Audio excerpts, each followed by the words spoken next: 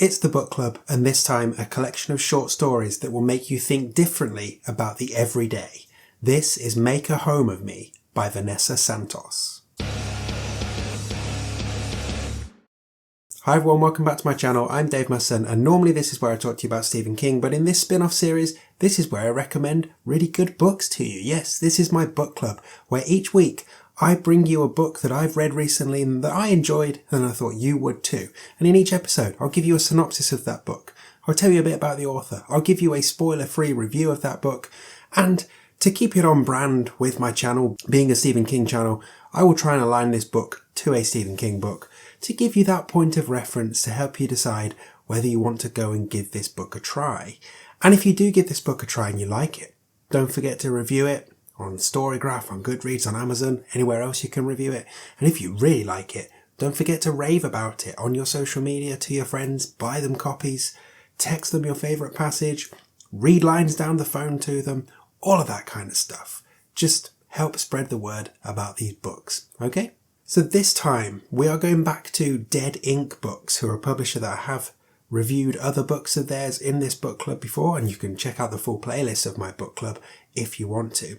This time we're covering a slim collection of short stories that will get under your skin because they're about the everyday, the mundanities of life, and some slightly different viewpoints of it. So let's get into this collection, shall we? This is Make a Home of Me by Vanessa Santos. Okay, here's a synopsis for Make a Home of Me. Peer through the keyhole and you'll see a mysterious dinner party with a sickening twist. A woman's intense new relationship with a single father and his strangely shy daughter. The rediscovered journals of a famous artist with a singular obsession who disappeared in suspicious circumstances. A family driven to desperation by the impossible appearance of nonsensical notes. And a seemingly happily married couple driven to the edge of despair by a neighbour's crying baby.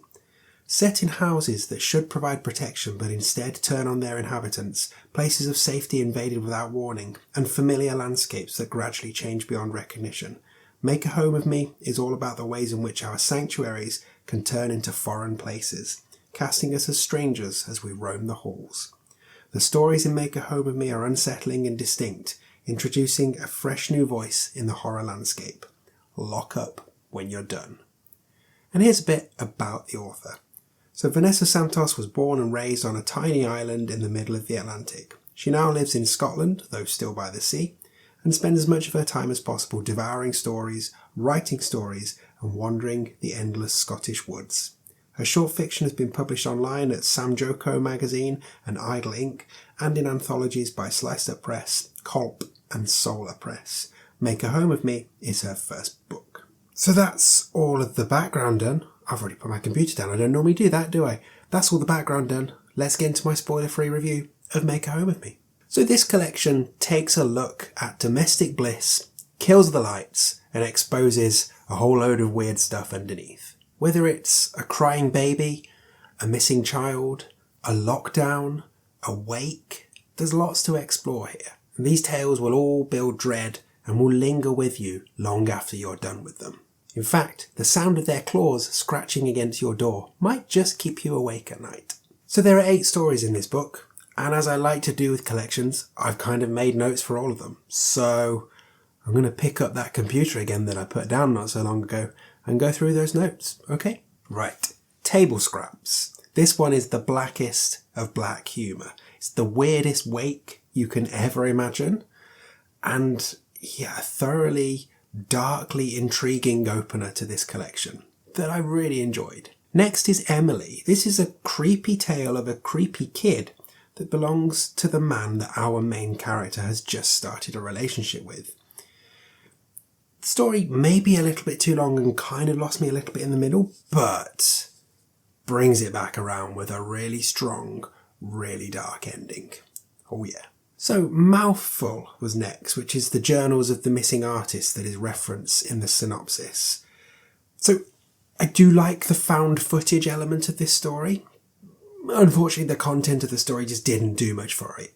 Just didn't do much for me. It was the only one in this collection that I didn't like. So Changes was next. And do you know, I actually found this one to be sad more than it was scary. It was a story about a couple who go away on holiday together and just realise quite how different they've become, and that their lives are pulling away from each other. They want different things. Yeah, it was just a bit dour and sad, really, but very well written. Next up was Make a Home of Me, the title story. This one was a really effective and really creepy haunted house story. And I guess the best way to explain this story is to ask you a question. So what would you do if your house, your home, just started leaving random notes for you?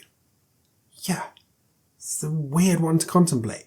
And it's a weird story, but it is wholly effective. Next up was As Above, So Below, which is a chilling tale of alien invasion that also kind of feels like a really interesting way of trying to process that weird time that was the COVID pandemic. It's one of the most, I've already said effective, haven't I? It's one of the cleverest ways I've seen anyone talk about the pandemic since it happened and since we went back to normal. And this ticked loads of boxes for me, mainly because it was a story about dread. You were kind of holding your breath for the entire thing. I like that stuff. This was very good. Next up was River Quick, Salt Fresh. So this one, real haunting tale of grief and of guilt and of the pull of the ocean, even if that means death. Very evocative, very compelling. And lastly is The Wall, which is a tale of growing madness brought on by the sounds of a crying baby. And frankly, that just brought back loads of really terrific memories from when I had babies in my house. My own babies, children, that kind of thing. But yeah, great memories I really enjoyed revisiting. So thanks for that, Vanessa Santos. Also a really good story. So when it comes to comparing this to a Stephen King book, obviously we're going to look at the collections of short stories here. And for me, it's definitely one of his more recent, more cerebral ones. So Bazaar of Bad Dreams or You Like It Darker. They're good collections. This is a good collection. Two goods. Good stuff. So overall, this is a really impressive collection of creepy short stories that is just perfect if you're in the mood for a slice of something chilling before you go to bed. I'm definitely impressed, and I'm definitely keen to read more from this author as and when it's ready to be birthed into the world. So this one is out now, and you can pick it up via Dead Ink Books. Thank you to the publisher and to NetGalley for the review copy. Much appreciated. So in a weird bit of serendipity, literally the day after I recorded the bulk of this video review, Dead Ink sent me a physical copy of Make a Home of Me, and it came with this little thing that I can cut out and make a home of these things. So I'll definitely be doing that and playing with those. And yes, I've already read the digital copy, but this is very nice. Will I go and read it again because I've now got a physical one? Almost certainly. So thanks, Dead Ink, and here's the rest of my review. Okay, there we go. There's Make a Home of Me. Does that sound like something you might check out? Do give it a try. Short stories, always good fun. And these ones, yeah, really, really effective. If you like short stories, in fact, I'm going to do my plug here instead of at the start of the video, which obviously you know because we're at the end of the video now. But if you like short stories, maybe you like Stephen King short stories, but you're sitting there thinking, I wonder if they could be more British. Well, I can help.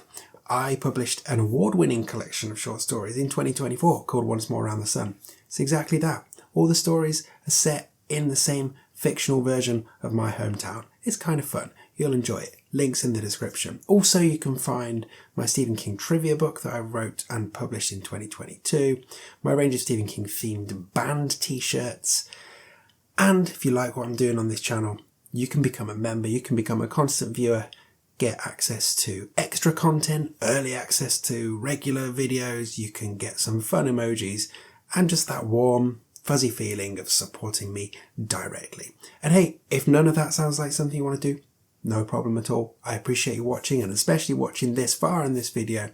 Subscribe if you haven't done so already, maybe tell a friend. But yeah, there we go.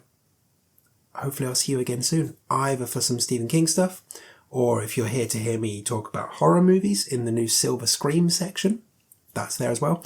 Or if you just want more book recommendation, come back next week.